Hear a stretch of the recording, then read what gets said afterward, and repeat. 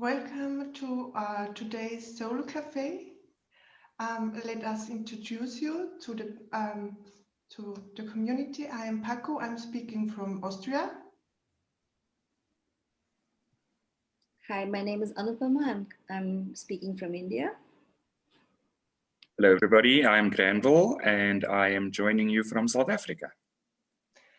Our today's topic is about change in religions over the time. Like we experience change in our life, also there are changes in religion.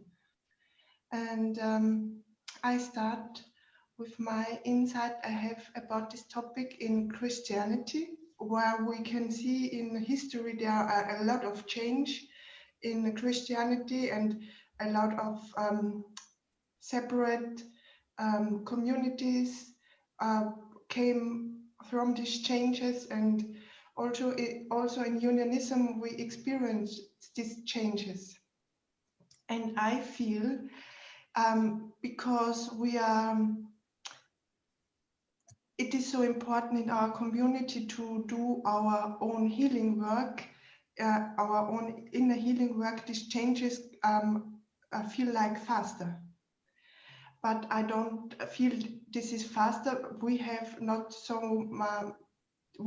this resistance against the changes like there were resistance against changes in the past in other religions. So it seems sometimes our changes are so fast, but in truth they are lovely, and just the resistance is not here like we experienced in the past in other religions, where there was fightings before the changes happened because there was a lot of resistance against a new way, against a new way God showed us about religion. Mm-hmm. Yeah, and one of the things, and I mean, I speak from a Christian perspective in terms of having been a Roman Catholic for part of my life, and also having joined a Pentecostal church later in my life. And yeah, it's such a difference within the religions in terms of what the rituals are, how people are received and accepted within those religions, how you're welcomed within those religions, and how you feel free to, or not free to, be yourself within the religion and around the so-called religious people. So, I say so-called because everybody kind of gives themselves the title, and there's a component of sometimes there isn't very much Christ in Christianity, right? Yeah. So love is not there, the acceptance is not there. And so, it takes a lot of energy and effort to kind of settle into it and try to understand where the truth lies in all of those spaces. And sometimes that truth doesn't feel so good from the perspective of it's almost forced down your throat. You're almost not allowed to think for yourself within certain religions, which always becomes a challenge because I never really felt part of it, because it was almost a situation of blind acceptance of very many things which didn't sit well, especially in my earlier life, in my youth. In fact, not even in my youth, before my youth even. And I mean, in my youth, I was more part of a Pentecostal church, which was a lot more accepting and a lot more welcoming. But also, even in that sense, there were also still kind of standards that the church expected of you. Mm-hmm. And it almost felt like your relationship with God was based on the fact that you went to a physical building. Mm-hmm. As opposed to being taught that you can have a relationship with God regardless of a physical building and regardless of a physical location and those kind of things. So the shifts between those two religious spaces for me were quite significant. And then the shift into unionism in like the last 2-3 years has been even more significant. But I think that gap in between was just kind of me rebelling against a lot of what was supposedly religious practice and what was supposedly a way of life and a way of being, and it didn't feel good and it didn't feel healthy.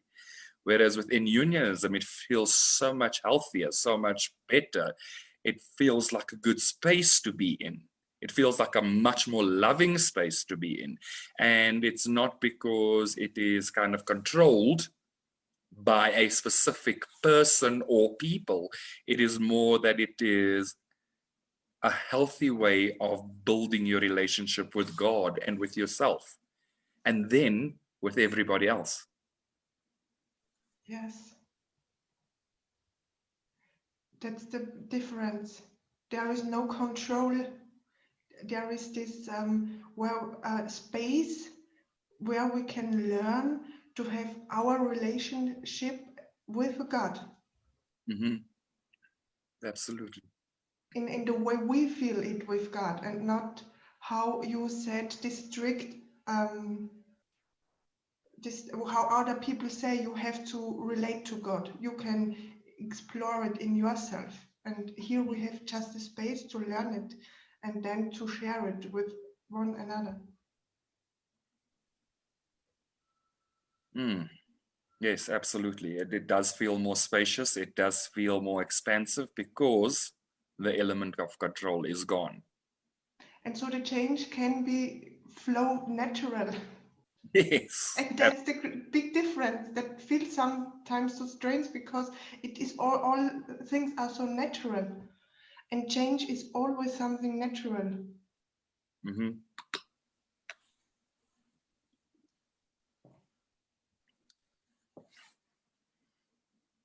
Now, Nipalma, how do you feel about this topic? Well, yeah, I mean, about unionism, that is the change that we are bringing into religion. Where everybody has their connection with God. There is no cookie cutter model to follow, that one size fits all, or one ideology must be strictly, enforced. So that's the difference, because God is at the center here. God is in control of everything. And so the changes happen as you flow with God and as you choose to align with God. And this is, there's far more alignment with God here than what I have experienced or evidenced in all the religions that are there. Like, they use the name of God, but I think to a point maybe frivolously, just to get their agenda across. And that's not what we do here. Here, when we speak about God, we really speak about God. We're not talking about somebody, who is taking the place of God temporarily. We just connect with the Supreme Being itself. And that's the change that religion is slowly but surely going to experience through unionism. Because if I take religions individually, they are evolving, they are changing, but for the worse. There is this need for dominance over other religions and other peoples, and it is done either outright or under some disguise of doing you some kind of good, but that good is always, tied to a string, and it doesn't feel good. And those kind of changes are making people even more afraid to say anything, to do anything, even though they sense within that it's not right. They're not able to voice themselves. they're not free. Mhm. So yes, so this is the change that I foresee. I mean, we all foresee coming into religion when we dive deeper into being a unionist. Yeah, that's what I have to say, because if I talk about every religion, there's so much. I don't know. I'm not called to share it because everybody knows it's in the papers what's happening within each religion and what's happening with religion compared to where religions are pitting against each other. So I think you yeah. touched on something quite important in terms of almost that sense of religiousness versus spirituality. Yeah. And I think that's probably the shift that you're speaking to. You're speaking to the shift of moving from that religiousness, to more spirituality, actually. More than religiousness, I would say religious fanaticism. Oh, well, there we go. There is that extreme, yes. Because that is what is happening. Like, Yeah. I was having this conversation 2 days ago with a cousin of mine who was saying that a certain religion is trying to gain dominance over one of the states in India and eventually over India and the world. And what they tell their friends who are not of that religion is, probably it'll be the friends who go first. And it's not a joke, they're pretty serious because this is what they are indoctrined in. And when I say go, I don't mean go to another state, as in either they'll be given an option to convert to this religion or meet God immediately. Oh, wow. Oh, I didn't know that part. Okay. No, that does sound like fanaticism. And that is today's day and age. In today's day and age, this is the talk going on. And I was like, what? And this was communicated to her by her own friend who is following that religion. And I was like, how can they say that? I was like, because that's what they are indoctrinated to believe as children. And I'm like, but that's not what their holy book talks about. Like, well, that's how they interpreted it. I'm like, God, where are you in this space? Yeah. So, And I think, that's another thing, that whole interpretation. Like, there's a principle in law that says that if the interpretation leads to the ridiculous, then that was not the intention. that was not. And Because, I think it should apply just as much in any principle. And there's such a strong connection between religion and law that you can only look at it and go, well, actually, that is exactly the sense that I have. That if the interpretation leads to the ridiculous, then it cannot have been the intention. but they don't, if you tell them that, they would just be like, no, this is what our God tells us to do. Yeah. And the thing is, like you said, interpretation, like, for example, I'll just take a commonly known statement that love your neighbor as yourself. The idea is that you are human, so as you love yourself, love everybody. They're all children of God, just as you are a child of God. But the misinterpretation is, I am this religion, so if my neighbor is this religion, then I love him. Mm-hmm. Yeah. Or else I will tell him to become this religion and then I will love him. Otherwise, I'm sorry, you are not loved. Yeah, this is this So, control. This is this strict. And this is the misinterpretation. And yeah. this is the change that we want to bring as being a unionist, that to reintroduce the interpretation that was meant that we are all equal children of God, regardless of our gender. And we are all to be loved equally because God loves all of us equally. There is no favorite child and black sheep. Never. Yeah. So yeah, this is the change that I keep praying for, that union among religions, because then we will, and of course to bring that union, it starts with the individual. So which is why we are paving the way with the mirror exercise, with MAP, healing all these, and speaking about this, because um, these are things which are not spoken of freely. They are not addressed on a public platform for fear of repercussions, you know. So these are things that need to really be healed in the individual's consciousness and in the collective. And then, of course, the change will be very evident going forward. Yeah, to feel also safe in this change. Yeah. It's safe to experience change. It's safe Yeah. to be in this flow of change and in this flow of God, and that. Because God is safe. So it is safe to experience a change where you feel that and you witness that as your truth, that God is safe.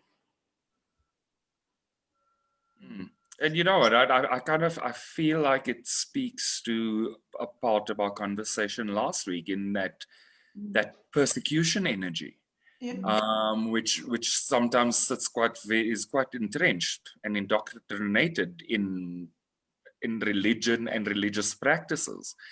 And so, yes, absolutely, we're looking for the union, not only amongst religions, but within religions.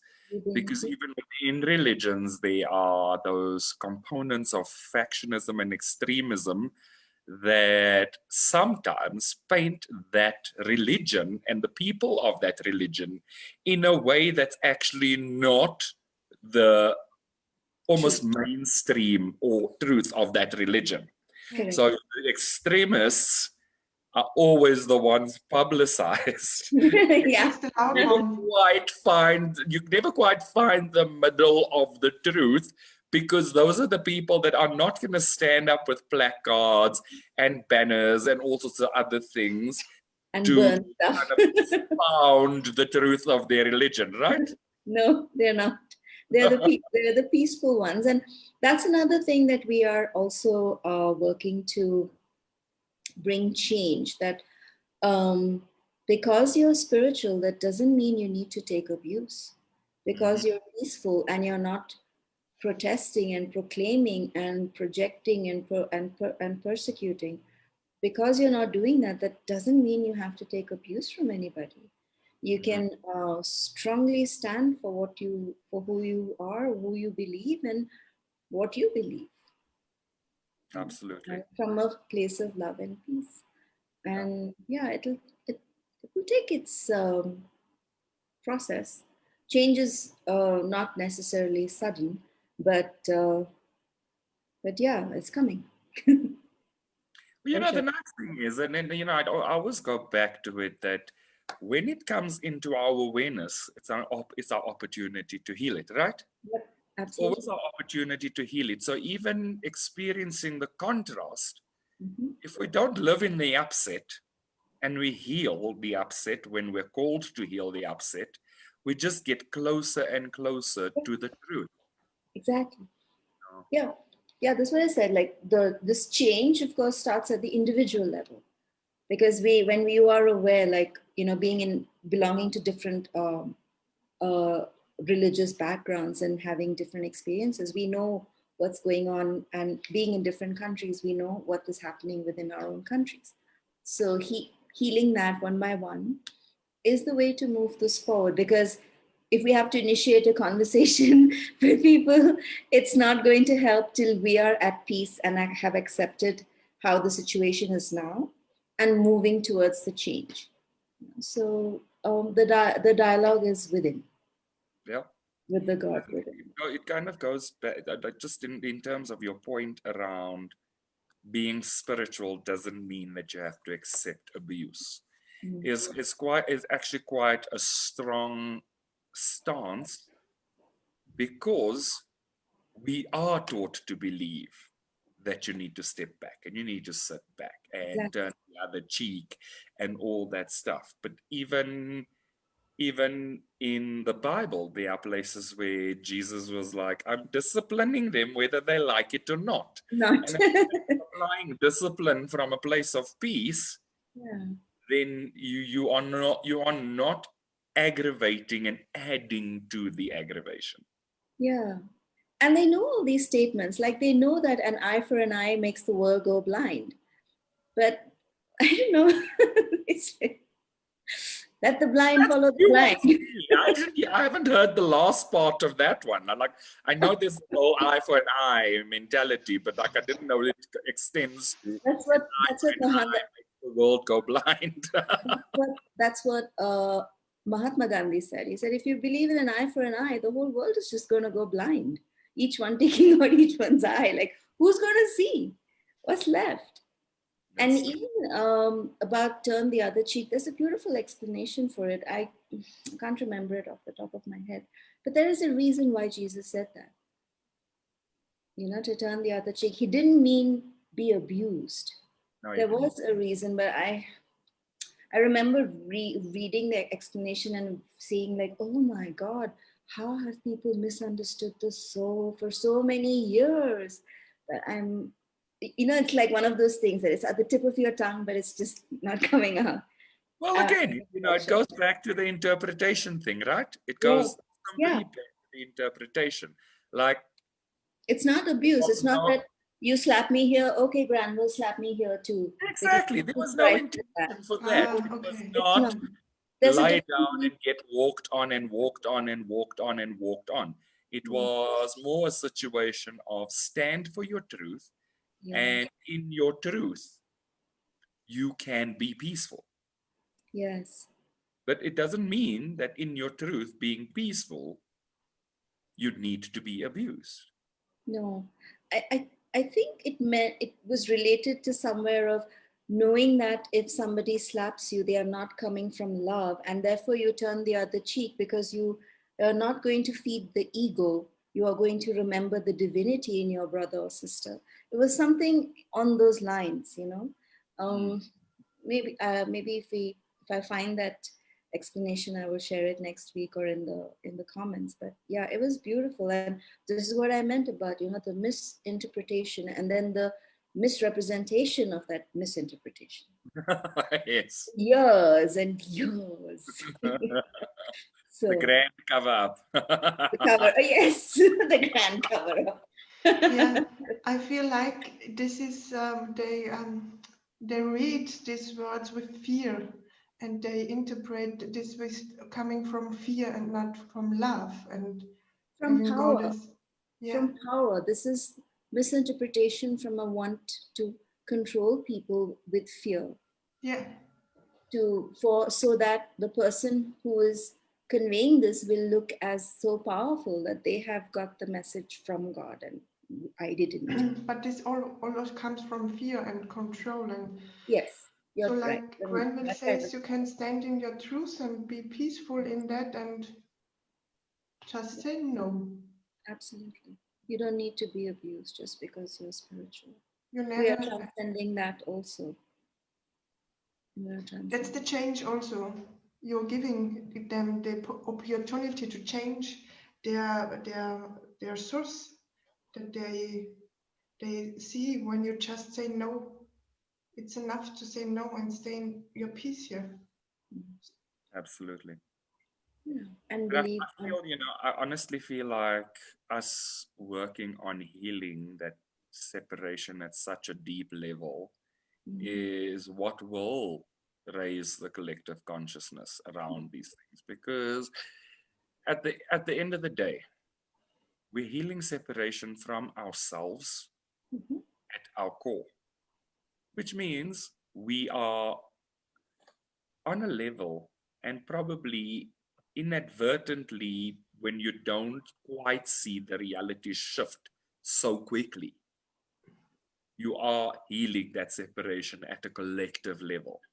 So sometimes things on the outside don't look so great, and you do have the picture of the extremism, and you do have the experience of the contrast, but comfortably, the experience of the contrast is also an opportunity to heal.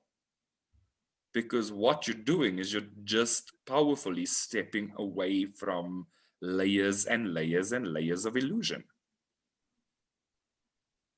Yes, it's like a message from Twin Flame Ascension School is now coming. Like you said, when you are experiencing on the outside this contrast, it's just an opportunity from God also to go deeper in your healing for yourself here. Yes, absolutely. Right. Yeah, and that I was looking up the meaning of turn the other cheek. That is the essence of it. That someone attacks you, you don't retaliate or react. You stay in your peace. So that is like the turn the other cheek. You don't give what they give. So you stay in your peace, and then from your peace you respond. You respond to them. So reaction versus response. Which is basically, it's basically just testing and proving another very scientific principle. Equal and opposite reactions. A reaction. Newton. Yes, it's one of his laws, right? It's one of Newton's laws. One. Yeah. Yeah. Yeah, it's not just. And that's how wars start, right? When you react, and that leads to the, if you do that, then the eye for an eye happens. So. Yeah, and that's why we appreciate the equal and opposite. Yeah. Because you don't have to pull the person out of the mirror to slap them. You just deal with the reflection in the mirror. Yeah. Yes, you heal within and then approach it from a peaceful place. Oh, and I think that's one of the kind of principles that we've spoken about before in terms of laws of attraction and those kind of things.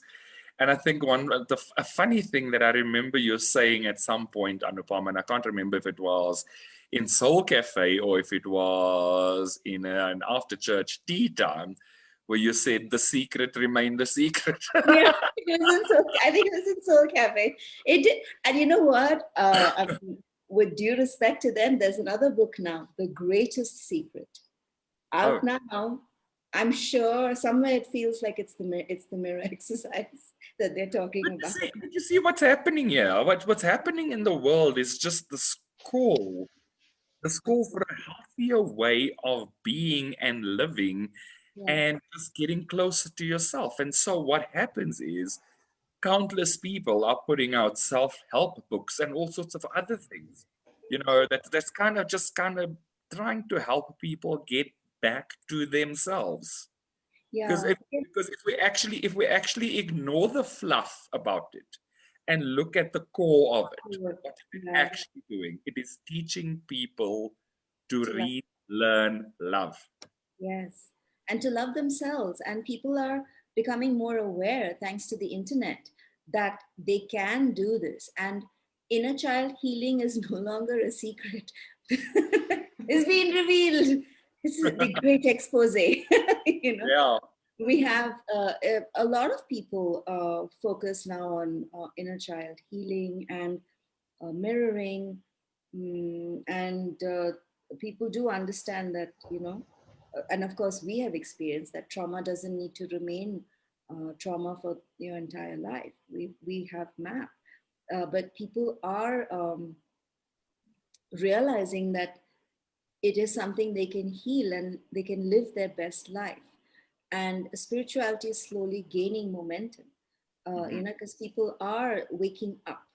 The global consciousness is waking up. So yeah, that's why change is imminent and eminent.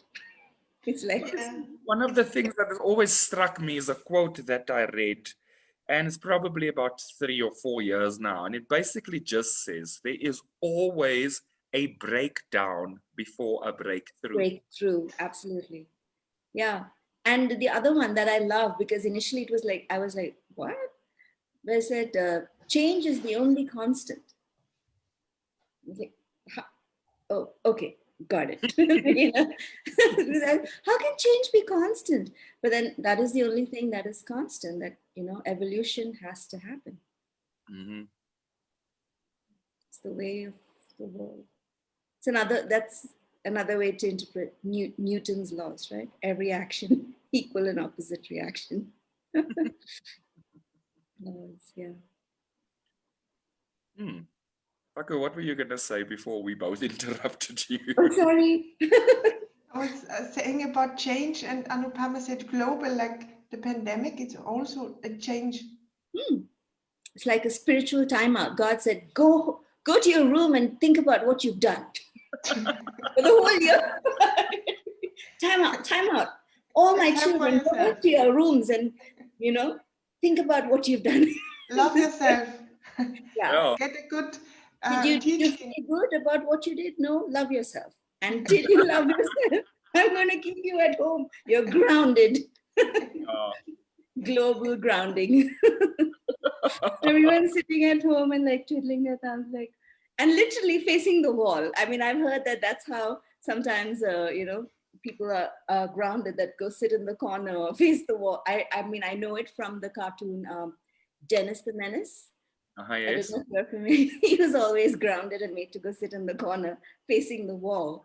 That's kind of what we've been doing this year, sitting at home and facing the wall. Thinking about, what have I done? Let me heal it. Let me love myself.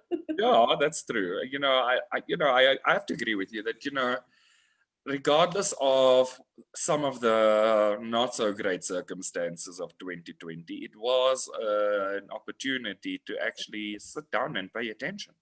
Absolutely. You know, we've had such busy lives running around, not really paying attention to what's happening around us, and not just specifically in our own countries or in our own towns, but like globally, we have not really paid attention. And this has kind of required quite a bit of attention paying, which has been useful. It's not been great, but it's definitely been useful. Yeah, it's also like you said, Granville, you went to a building and that was religion, and now that wasn't, we couldn't do that anymore in this pandemic. So people had to face this inside of them. The God within. It's like God literally saying that I'm not in that building. Go look for me. Sit in the corner. I'm sitting Not that way. I'm sitting here with you on the couch, my lovely child. I mean, on the couch, in the room, but also, like you said, people were not aware of how busy they were, and they didn't have time for themselves, nor for the people they were living with. I mean, I've read so many posts where people say that finally we're having 3 meals a day as a family. We're actually getting to know each other, and not through the phone, or not because of seeing a Facebook post, you know, or a WhatsApp post, where people are actually sitting down at the table and having meals together, which was something that they did in my grandparents or great grandparents' time. You know, I mean, I don't remember sitting at the table and eating a meal like it was always meals on the go. You know, and people are cooking, they are actually eating home food, cooked, nutritious food. So this pandemic, like you said, Granville, while it had its not so pleasant repercussions, it actually has brought about a lot of healing globally in relationships, and of course relationship with self, and overall relationship with God. Like, people really had to go in and reconnect with their faith that things are going to be better, you know, that they're not going to get worse, because there was so much of fear when those lockdowns happened, like the kind of panic, you know. And then slowly people are like now, you know, coming out stronger in faith, in connection with self, with family, with love. So, And you know, one of the things that kind of struck me as you were talking in terms of, you know, families just reconnecting with each other and sitting and having their meals. And based on our conversation around not being able to go to the physical structure, one of the things that I learned quite early as well as a Sunday school teacher, and what was kind of reaffirmed for me in probably the last 4 or 5 years, was a verse in the Bible that says, "Where 3 or more are gathered in my name, there I am amongst them." yeah. He didn't say, "Where 3 or 4 are gathered in a building in my name, I am amongst them." You know, That's and true. so we've almost lost sight and track of some of the purity of what the Bible and the verses in the Bible and the books in the Bible are actually intended for. And that, you know, the communion was not just the communion of receiving the body of Christ. Communion from God's perspective was, where 2 or 3 are gathered in my name, Mm. I am amongst them. Yeah. And it's amazing, right? How people have gathered in his name in the house with themselves. And so much creativity has evolved in this pandemic time. While people at home, they've gotten in touch with their hobbies, their creative side, and they have started other things which they never thought they would ever have the time for. You know, so God is really moving through everyone and really helping them to understand where their desires really have been. And families are so happy, connected to each other. So it's been, these are the blessings of this year. While people do talk about, I don't read the papers, but I hear enough from people about the vaccine and about the virus. And apparently some evolved strain or something has turned up in one of the states in India. I'm not sure. But I like to see the other part of it, that how people are really more connected at the end of this year than they were at the beginning. More connected. And yeah, and it goes from there. It's a good time for love.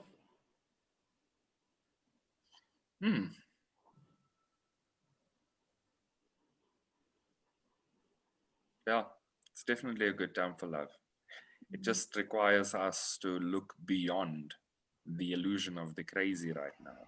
And I think, you know, part of it is, and you know, and I'm gonna say this because I think we also need to not fall into the trap of toxic positivity.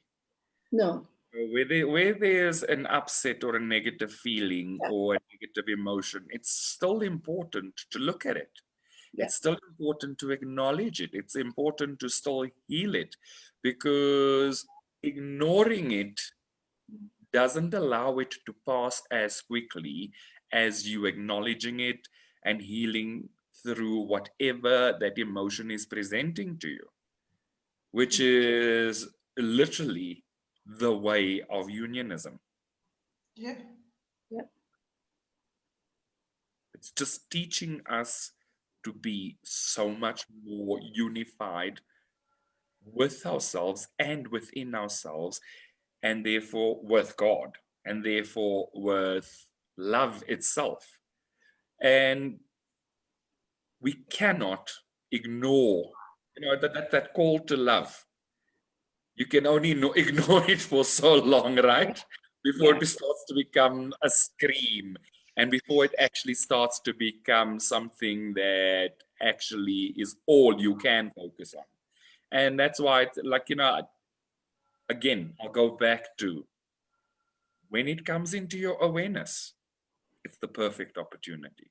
Because if it's not in your awareness, you don't know what you don't know. True. And Yeah. therefore, you don't know what you actually need to heal in those places. And everything is not a healing. Sometimes, as we've also experienced through having gone through MAP, sometimes it's just upheaval and something leaving your system as well.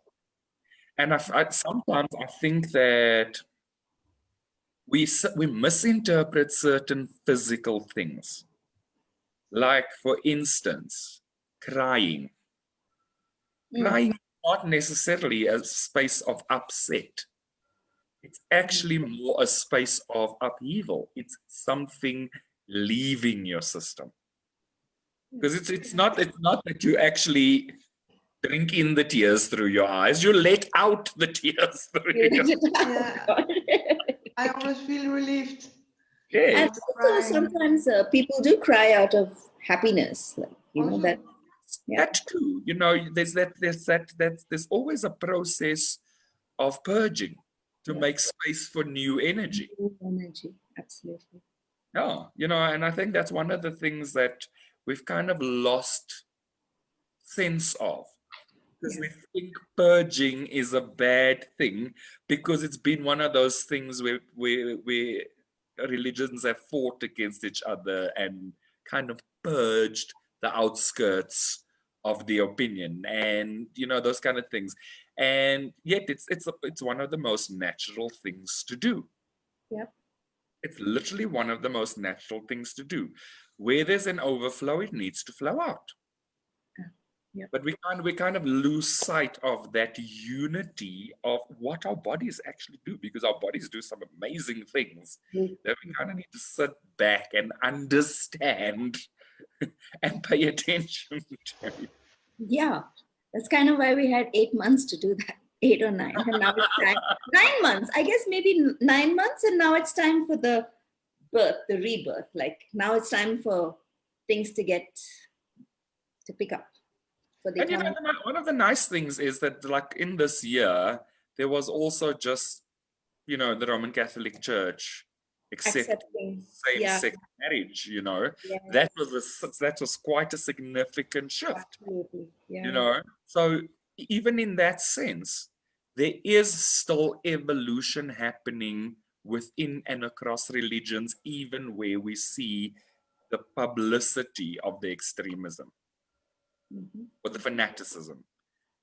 There's still something shifting.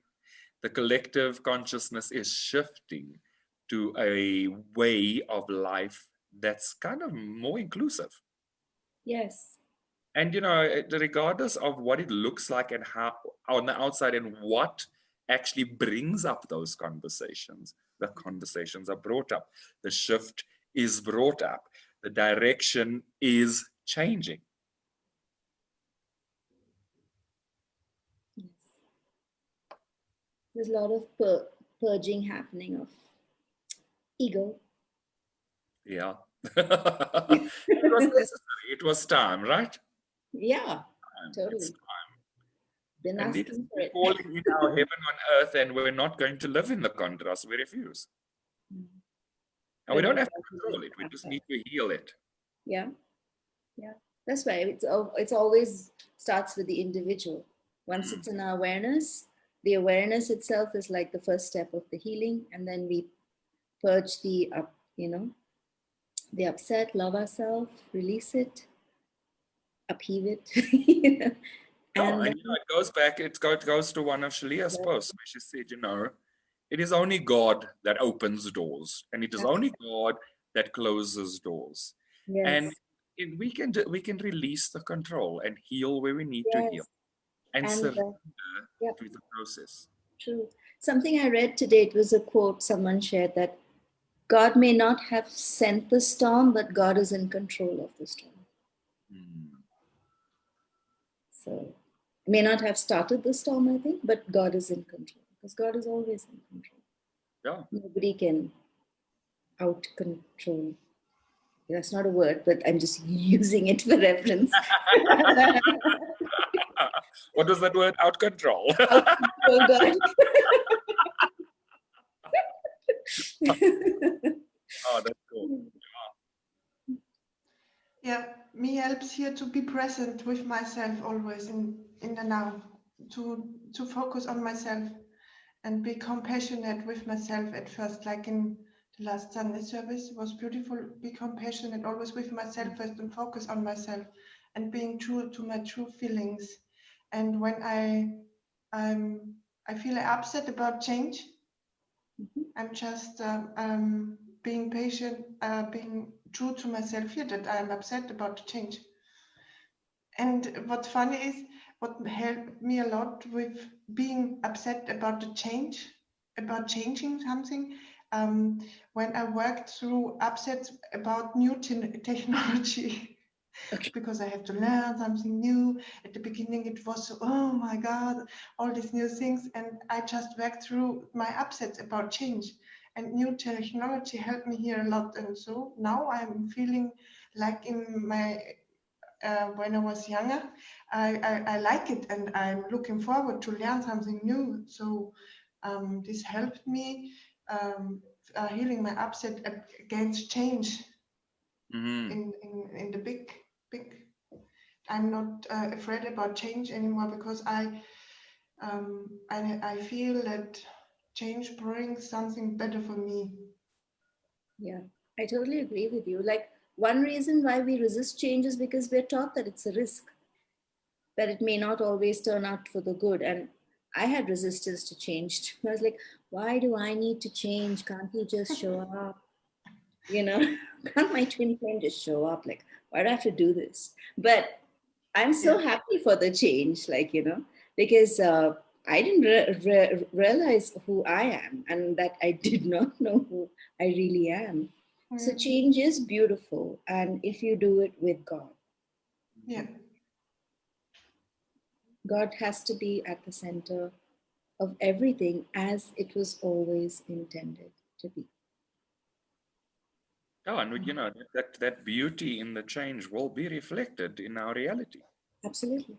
in and across and around religion and spirituality, and just the way relationships are built and formed and maintained.